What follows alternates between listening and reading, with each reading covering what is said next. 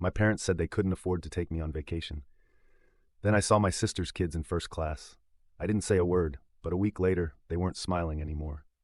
Hey everyone, before we dive in, I have a quick favor to ask. If you enjoy content like this, please hit the subscribe button. It's free, supports the channel, and ensures you never miss out on amazing videos. Alright, let's get started. I've always been the other sibling.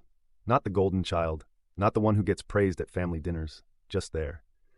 My sister Sarah, on the other hand, was the shining star, the perfect daughter, the loving wife, the doting mother of two precious children, the one my parents always bent over backward for.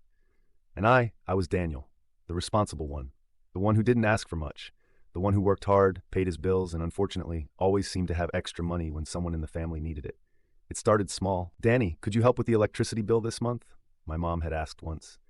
"Your father and I are a little tight." I had just started my first real job and I was happy to help. Then my sister needed a little help too. "Liam needs braces and it's just so expensive." "I wouldn't ask, but I know you're doing well," she sighed over the phone. And so it went, helping with bills, covering unexpected repairs, chipping in for my niece and nephew's school supplies. "You're so lucky, Danny," my mom would say with a smile. "You don't have all these responsibilities like Sarah does." Lucky, that's what they called it. I told myself it was fine. It's family after all. And besides, I wasn't struggling. I had no wife, no kids, no massive expenses. But there was one thing I had always wanted: to travel. I had dreamed about it for years, saving up, looking at destinations, imagining myself exploring places I had only seen in pictures. Yet somehow, every time I got close, something came up: a family emergency, an unexpected expense, a guilt trip. So when I finally booked my dream trip to Italy, paying for every cent myself, I told no one. It was my one selfish act, or so I thought. I was at the airport, waiting in the economy boarding line, feeling that mix of nervous excitement and exhaustion that came with international travel. Then I heard my sister's voice. "No, Liam, put your backpack down. The seats are huge. You don't need all that stuff." I turned my head, and my breath caught in my throat. Sarah, my niece and nephew, my parents, all standing in the priority boarding line, laughing, relaxed, wearing matching vacation outfits, first class. For a second I thought I had lost my mind. My parents, who couldn't afford a trip for me, my sister, who always claimed they were struggling. I took a slow breath. Maybe they saved up for this. Maybe it was some kind of miracle. Then I heard my mom laugh. "Oh, I still feel bad we couldn't take Danny," she said, shaking her head. "Please," Sarah snorted. "He wouldn't have fit in." Laughter, a pit formed in my stomach. I clenched my jaw, turning away as the attendant called their group for boarding. I didn't say a word. I just watched them walk into first class, completely unaware that I had seen everything. And in that moment, something inside me changed. I didn't text them. I didn't call. For the first time in my life, I let the silence sit. Normally, I was the one checking in, the one asking if they needed anything, the one making sure my parents weren't struggling. But this time, nothing. And it felt good. My trip to Italy was everything I had dreamed of: walking through ancient streets, drinking espresso at tiny cafes, standing in front of the Colosseum knowing I had made this happen for myself. I should have been happy. And I was.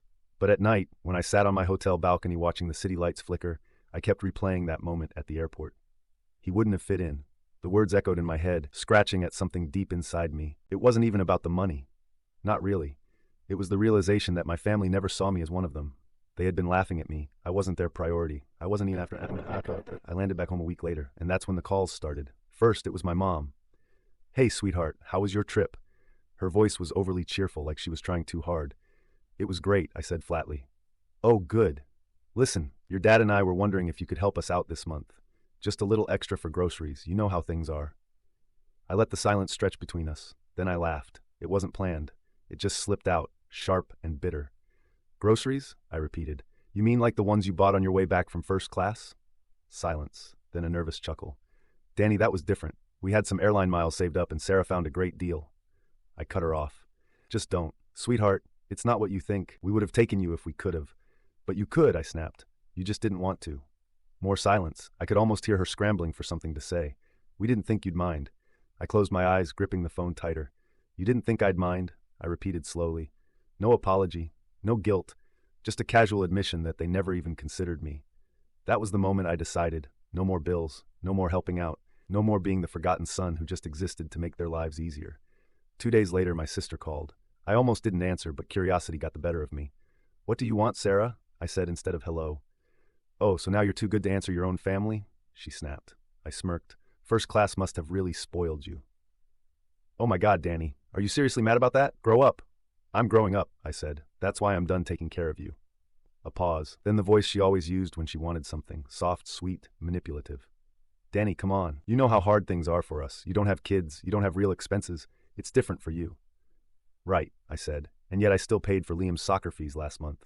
Well, yeah, because you always do, she said like it was obvious, like it was my job. Not anymore, I said simply. Another pause. Then she laughed. Oh my God, she scoffed. You're actually serious. Wow. You are such a selfish little. I hung up, and for the first time in my life, I felt free. The silence didn't last long. By the next morning, my phone was flooded with missed calls and messages. First, my mom. Daniel, I don't know what's gotten into you, but this is not okay. We're family. Families help each other. Call me back. Then my dad. Son, don't be dramatic. You know your sister and the kids need your help. Just be reasonable. Then Sarah. Are you actually ignoring Mom and Dad? Wow, you really think you're better than us now. I didn't respond to any of them. Instead, I got up, made myself a coffee, and sat on my couch in complete silence. Silence I hadn't had in years, without someone asking me for something. It felt amazing. But by noon, the guilt tripping turned into outright panic. Another call from my mother. I let it go to voicemail. A minute later, my phone buzzed a text. Danny, please, we have a problem. I rolled my eyes. Another problem, another crisis I was supposed to fix. Then another text. It's about the house. That got my attention. I sighed, debating whether to ignore it, but some stupid, nagging part of me still cared. So I called. What now? I asked the moment she picked up. She sighed dramatically. Daniel, your father and I didn't want to worry you, but things have been tight and, well, we're behind on the mortgage. I pinched the bridge of my nose. And you're just telling me this now? We didn't want to bother you, she insisted. But now, well, we need your help. Help? I scoffed. You mean you want me to pay it? It's just this month, she rushed to say. Just to keep us afloat until things settle. Huh, I said, leaning back. Kind of funny that you could afford first-class tickets but not your mortgage. Silence, then a sigh. It wasn't like that, Danny. It was exactly like that, I cut her off. You didn't think twice about spending money on Sarah's kids, but when it comes to your own son, suddenly there's nothing left. That's not fair, she snapped. You don't understand what it's like to raise children, to have real responsibilities. You're right, I don't, I said coldly, because instead of having my own life, I was too busy taking care of yours. Silence. Then finally, in a much softer voice, Danny, we need you. And that was the truth. They needed me. Not because they loved me, not because they valued me, but because without me, their entire house of cards came crashing down. I know, I said, but you're going to have to figure it out without me. Then I hung up. And this time I didn't feel guilty at all. The aftermath, the next few days were eerily quiet. No texts, no calls, no sudden guilt trips. For the first time in years, I was completely free. But I knew it wouldn't last. Sure enough, on the third day, my sister showed up at my apartment. I heard the knocking before I even looked at my phone. Sarah, open the door. I took my time getting up. I wasn't in a hurry to deal with her. When I finally opened it, Sarah barged in without waiting for an invitation. What is wrong with you? She hissed, slamming her purse onto my kitchen counter. Excuse me? I raised an eyebrow. You know exactly what I'm talking about, she snapped. Mom is losing her mind. Dad is freaking out. And now I'm stuck dealing with all of it because you decided to have a... I crossed my arms. You mean you're finally dealing with it? For once. She rolled her eyes. Oh my God, don't be so dramatic. You know well that they need help. You're just punishing them because you're jealous. Jealous? I repeated, laughing in disbelief. Yes, Danny, this is about the trip, isn't it? You're mad because we didn't invite you, and now you're throwing a fit. I shook my head. You really don't get it, do you? Sarah scoffed. Oh, please, enlighten me. I took a deep breath, forcing myself to stay calm. It's not about the trip, Sarah, I said. It's about the fact that for years I've been the one making sure this family stays afloat. I've covered bills, helped with your kids, paid for emergencies, while you and Mom and Dad acted like I didn't exist unless you needed money. She crossed her arms. That's not true. Isn't it? I asked. When was the last time Mom called me just to check in? Or Dad asked how I was doing? The only time my phone rings is when one of you needs something. And I let it happen. It happened because I thought that's what family does. But then I saw you all sitting in first class, laughing about how I wouldn't fit in. Her face paled. I had her. So no, I continued. This isn't about the trip. This is about me realizing for the first time that I was never part of this family. I was just your safety net. And I'm done being that. Sarah's mouth opened and closed, but no words came out. For the first time, she had no comeback. Finally, she grabbed her purse. Fine, she said slyly. Do whatever you want, but don't come crawling back when you realize what a mistake you've made. I smiled. Don't worry, I said. I won't. She slammed the door on her way out, and for the first time in my life, I felt free. After Sarah's dramatic exit, I braced myself for the next round. My parents weren't the type to let things go easily, and I knew they'd try something soon. Sure enough, the next day, my phone lit up with a message from my dad. Dad, "Daniel, come over for dinner Sunday. We need to talk." I almost laughed. "We need to talk" was family code for four. "We need you to do something for us. And you're going to say yes." I had fallen for it so many times before. Not this time. "Me. I'm busy." A minute later, my phone rang. I sighed, answering only out of curiosity. "What, Daniel?" My dad started, his voice firm but trying to sound reasonable. "Enough is enough. You're acting childish." "Am I?" I said, leaning back on my couch, because from where I'm sitting, I'm the only one acting like an adult. A pause. Then he sighed. "Son, you're making this harder than it needs to be. We're family. Families don't abandon each other." "Abandoned?" I repeated. "You mean like how you abandoned me at the airport?" Another pause. "That's not fair," he said finally. "We didn't mean anything by that." "Maybe not," I said, "but you didn't not mean it either." Silence. Then the shift. "Look, your mother is very upset. She's been crying over this. She just wants things to go back to normal." There it was, the guilt trip. "So do I," I said. "But normal means me being treated like a walking wallet, and I'm done with that. That's not what this is about." "Then why are you calling me now, Dad?" I cut him off. "Why didn't you call just to check in last week or the week before? Why is it only when you need money?" Silence, a longer one this time.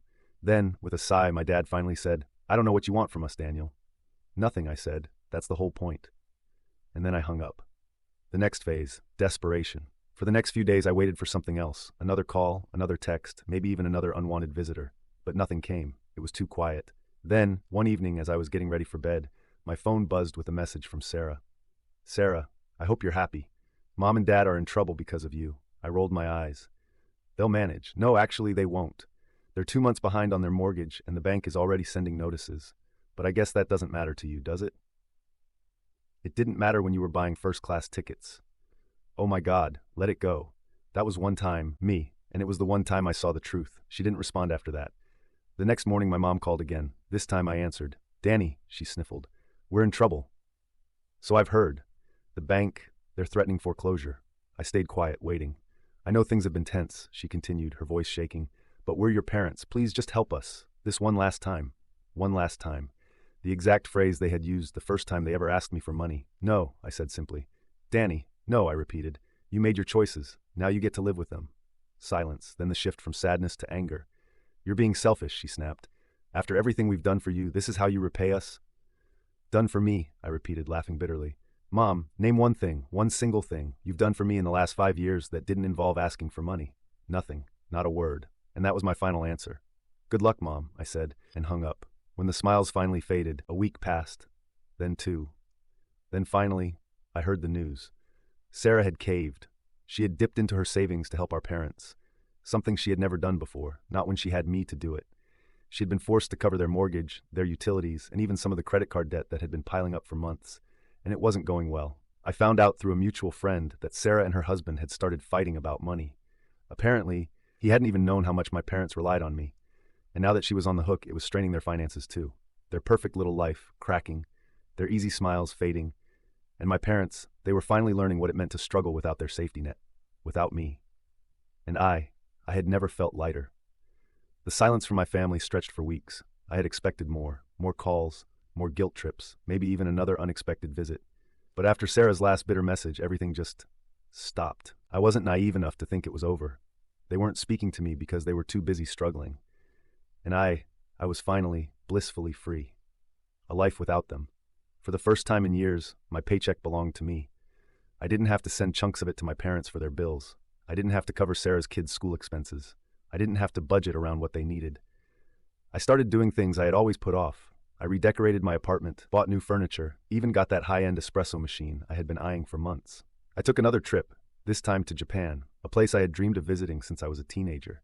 And for once, I lived guilt-free. No nagging texts, no emergencies, no shame for spending my own money on myself. It was like stepping into a new life, one where I wasn't just a source of income to the people who were supposed to love me. Then came the collapse. One night, I was scrolling through social media when I saw it, a tagged post from one of Sarah's friends. It was a photo of my sister and her husband at dinner, but something was off.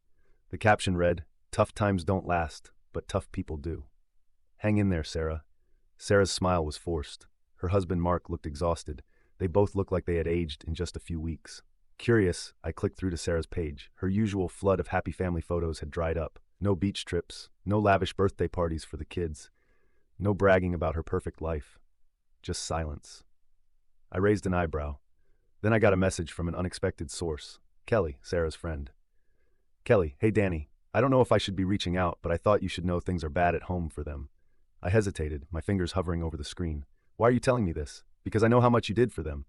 And now that you stopped, well, it's all falling apart. A few minutes later, another text came through.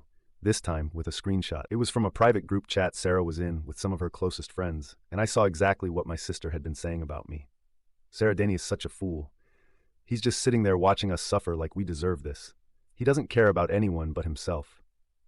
I had to drain my savings just to keep Mom and Dad afloat, and guess what? They're still drowning. We can't keep doing this. And Mark is pissed. He says this is all their fault for relying on Danny in the first place. Sarah, I swear to God, if Danny doesn't come crawling back soon, I don't know what we're going to do. I laughed out loud. Crawling back? She still thought I was the one who needed them. A call I didn't expect. A week later, I got a phone call from an unknown number. I almost didn't answer, but something told me to pick up. Hello? Danny. I stiffened. It was my dad. I hadn't heard his voice in over a month. What do you want? I asked flatly. He sighed heavily. Son, listen, we need to talk. We really don't. Daniel, he said, his voice dropping into that familiar condescending tone. Enough is enough. You've made your point. But we're your parents, and this is getting ridiculous. I smirked. What's ridiculous? You abandoning your family over a stupid vacation, he snapped. And there it was. Even after everything, he still didn't get it. This isn't about the vacation, I said, my patience wearing thin. This is about the years I spent sacrificing for a family that never once appreciated it. That's not true, he said quickly. We always appreciated you. Then why was I never invited? I cut him off. Silence. I could hear him breathing, hear the weight of the question settle into his chest, but he wouldn't admit it. Look, he said instead, we can fix this, your mother and I. Fix what, Dad? I interrupted again.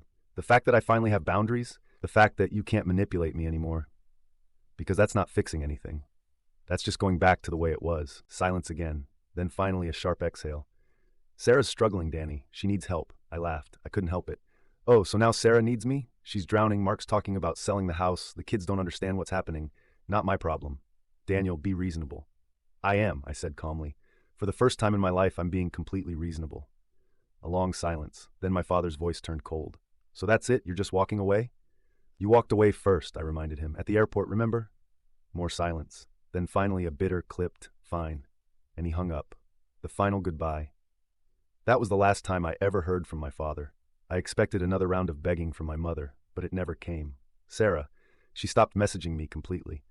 A month later, I heard through a mutual acquaintance that Sarah and Mark had sold their house and moved into a smaller one. My parents had downsized too, forced to let go of the life they had been so comfortable in for so long. Long they had spent pretending they were better than me, that they didn't need me, and now they had finally learned what life without me actually felt like. I was free, not just from the financial burden, but from them. I didn't owe them my success, I didn't owe them my money, and I didn't owe them my forgiveness. So I took a deep breath, blocked their numbers, and never looked back. For the first time in my life, I was living for myself, and it felt incredible. Like today's story, a super thanks helps me keep bringing you the best daily content. Your support means I can keep doing what I love. Thanks for being awesome.